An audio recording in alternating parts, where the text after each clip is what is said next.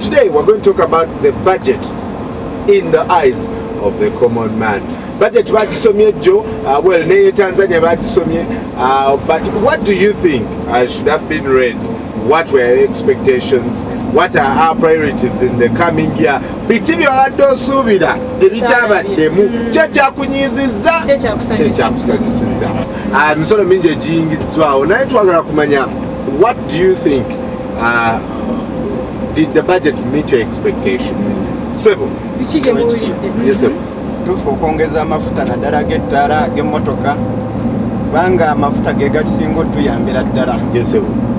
Mafuta kubanga gayamba omunaku owa wansi, gayamba omuntu wa bulijjo kubanga mu butuufu bino kubanga byasigalidde byabagagga beereere naddala omwavu ye tagenda yambibwa olw'ensonga naddala omuntu abeera mu kyalo mafuta bagongeza g'ettaala kubanga ye katajaliiranga mu nzikiza yebakanga ssaawa emu olw'ensonga nga talinamu kasente kakola ki kagula mafuta g'ettaala. Ow'emmotoka abadde alimye ebirime bye mu kyalo tajja sobola kukola ki bireeta omugagga ajja genda mu ddondole kubanga yalina obusobozi obuleeta ki ebirime mu Kampala ekyo kigenda muyisiza ddala bubi nnyo. Butuufu gavumenti yandyekubye mu mutima neyamba omuntu wa bulijjo kubanga yaali bubi abantu batuusa osula enjala nga alimye ebirime bye naye nga tasobola bituusawa Kampala kufuna mu katale. Waliwo Kayunga Valley Road eyo buli budget bagisomeramu naye amazima matuufu tebaligizimba kuba batugamba Kayunga Valley Road bagenda gikolako. Kyebatukolera ekyamaanyi ennyo kutusiiga nfufu ekyo tweyanziza ku kya budget eno bambi bandituyambye nfukamidde nakufukamizi ku ttaka kuba tuyinza kwongeza mafuta ate tunasigaza akasente mu mpale tetugenda kasigaza olw'ensonga emu. Ensonga esookera ddala amafuta we bagongeza buli kimu kiba kyeyongedde, sukaali, munnyu ne buli kimu babeera bakyongezza. Waliwo agamba nti ayongeza amafuta, seminti abadde basuubira okuzimba bambi ekyo tukaabe nga tulina abalina abatukubira ekyo tukizze ebbali nga tugenze ku birala ebyobulamu byebimu ku bisookerwako bannange byo tebabifiiriddeeko ddala ate era mu budget tebabyogeddeeko. Were you disappointed? Were you happy? Yeah, I was very disappointed because practically when you increase the price of fuel, you're increasing the price of everything. Because as we use public means, we are going to suffer because these taxes, they increase, they double the price. Even if you increase by 100 shillings on fuel, for them they will double the price. Yeah. So now when you can't move, you definitely can't work. The children can't go to school because even the schools are going to increase on the school fees. Ogenda muduko mwiyo bagenda gongeza sabuni, everything. So this budget wasn't good at all. Wasn't good. Then because the biggest percentage was given to transport, I think they're going to build roads. For I think over 30 minutes they were talking about roads. This road, this road, this road, this road. I don't know if roads are roads are good, but really health I think is even far better. But for Ministry of Health, I don't think I heard a lot about it. So I don't know this budget. I saw lots of people on Twitter and Facebook saying, but my road has been mentioned in the budget for 13 years. And every year it is mentioned. Lugudo cholo lukolebwa buli mwaka okumala emyaka 13. But works and transport has got an allocation of 2.3 trillion shillings. Our total budget is 13 trillion shillings. Energy has got 1.7 trillion shillings, and energy mulimu basanyaze amafuta buli kimu. Education mulimu 1.8 trillion shillings. Awe basinza okufuna abasomesa bafunye increase. Their budget good. Hopefully their salaries will also increase. Next to the Minister of Finance at the budget speech. Take a look at this.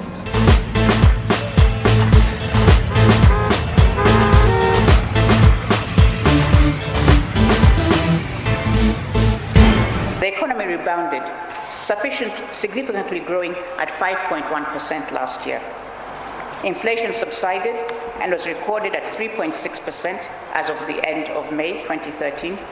a marked reduction from double digits at the start of the financial year. In works and transport, 845 kilometers of national roads were fully or substantially completed or have their construction on schedule. Construction of a further 88 kilometers of national road will commence shortly, having had their contracts signed. In the energy sector, the 250 megawatt Bujagali hydropower project was fully commissioned.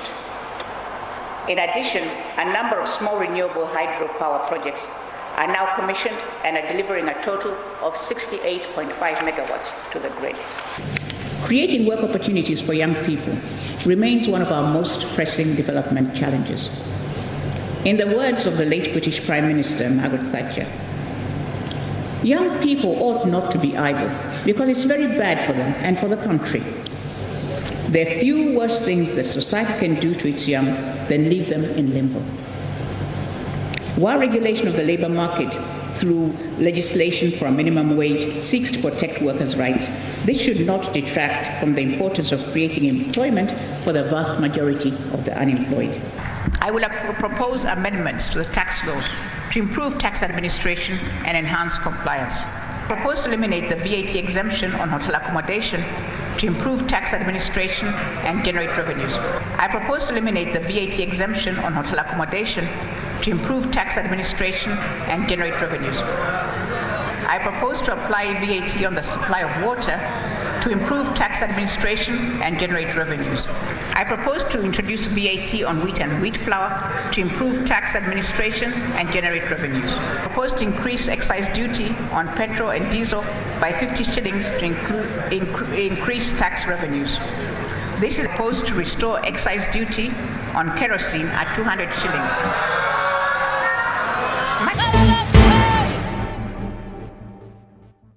Budget bagambye the budget we are going to be contributing 80%. We'll be funding 80%. You omusolo ogw'abantu ba bulijjo ogenda kwanga contributing 80% of the budget of the nation, then 20 zive mu donors.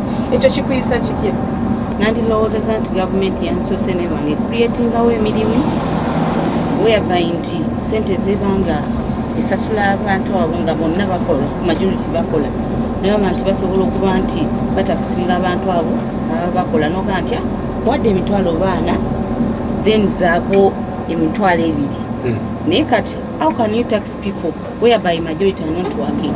Most of the people actually are not having jobs. Yes, sir.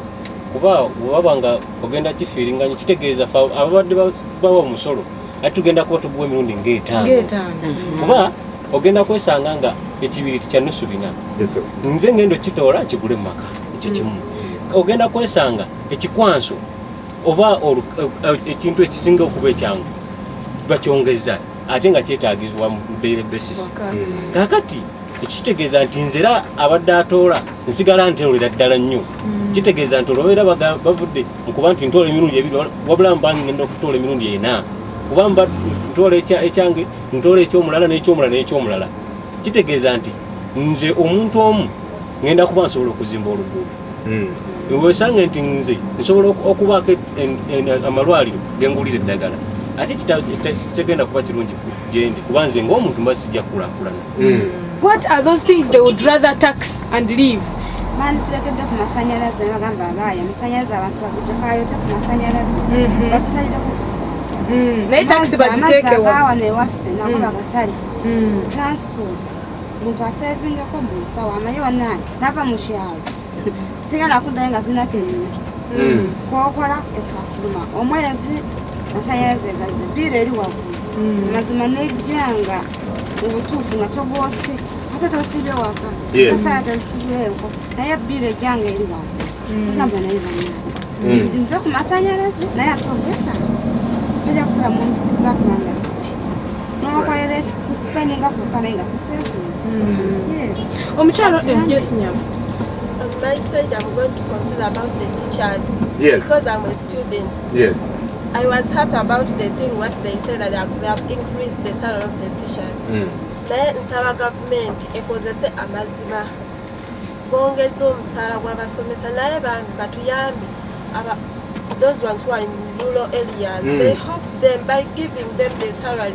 Because if they don't give them, no any teacher is going to enter in a single class to teach. That's what I Well, we are not yet sure whether the salary has been increased. Tulowooza nti ka budget increment kano ke babongeddeko bajja bongera musa. Kyeŋŋamba nti webaba bakozese amazima babeere nga bakola ki bawa abasomesa so babeere ne interest in teaching. Nze mbadde ŋŋamba ku agriculture oba nga bagaseeko ssente ezo bwe tuba tuzzeeko emabega NADS program baziteekawo and NADS program failed, completely failed. Ate kati okuddamu okuteeka ssente mu kintu ekyafa, that is totally useless. It is very useless. Kati ndaba kintu maybe they would try so hard. They would try so hard to focus on other income generating activities. Ogambe wa government etiko projects ezaye ezo maybe agricultural projects zinakola ki zinajja mu sente ezina financing other programs. Yes. Maybe ogamba nti ateka mu NADS program ya failing. It's still not going to work. Bagena Congress, of course, taxes on perfume, on water, motor vehicle registration, spirits have been increased. Border registration is 70,000, in motor car is 200,000 shillings. Bagena Congress, sente ku byennyanja, levy on fish exports, and they hope it will bring about 9.2 billion shillings. Wanjisebo. Mpozi mu byonna byonna kyendabyo ekyoku exportinga ebyennyanja kyo bakyongeza naffe tufune kitulya bannaye tufune ku kyennyanja essaawa eno fe tulya mukene aba ku byennyanja mpozi obogezeza kulya ku kyennyanja olyaffire ekyo kyobuulidde ekyennyanja naye amazima matuufu mukene ne buno jajja yagayitanga maka nga asobola ebyennyanja bwe tulya ogenda ate nebakakuseera ssebo bakagamba kasanvu kakati ekyo kinnyanja ki weba wajongeza ekigenda ebweru mu butuufu awo tujagamba tukuze. Right.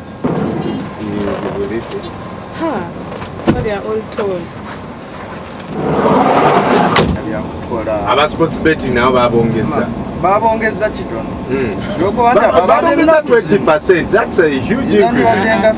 Not even 50, but 70. Otekayo sente zo ogenda okujja akapapula genda bakubbi era noddayo n'oteeka walayi n'olabiranga ono mwami alese ekintu ekirungi nagamba sports betting bandibongezeza 50%. What are those things bye mulaba bye bandyongezezaako? omwenge sigaza something to do with the lectures byonna byonna omuku omu bannange ogamba omwenge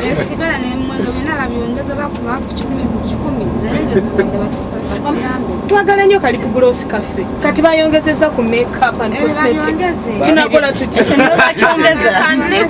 bakyongeza kubanga osobola okukola nga tekino osobola okubeerawo naye amazzi nga tolina ka lipstick ogenda mu kibuga ogenda n'otuuka n'okomawo.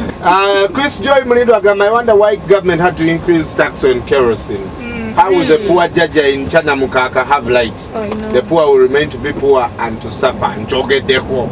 Senubidi Patrick says, how can you budget for what you don't know? They have failed to carry out population census to appropriate efficiently with their increasing excise duty on kerosene. I think that's a very pertinent issue. The population census was not carried out, so how can you plan for people you do not know?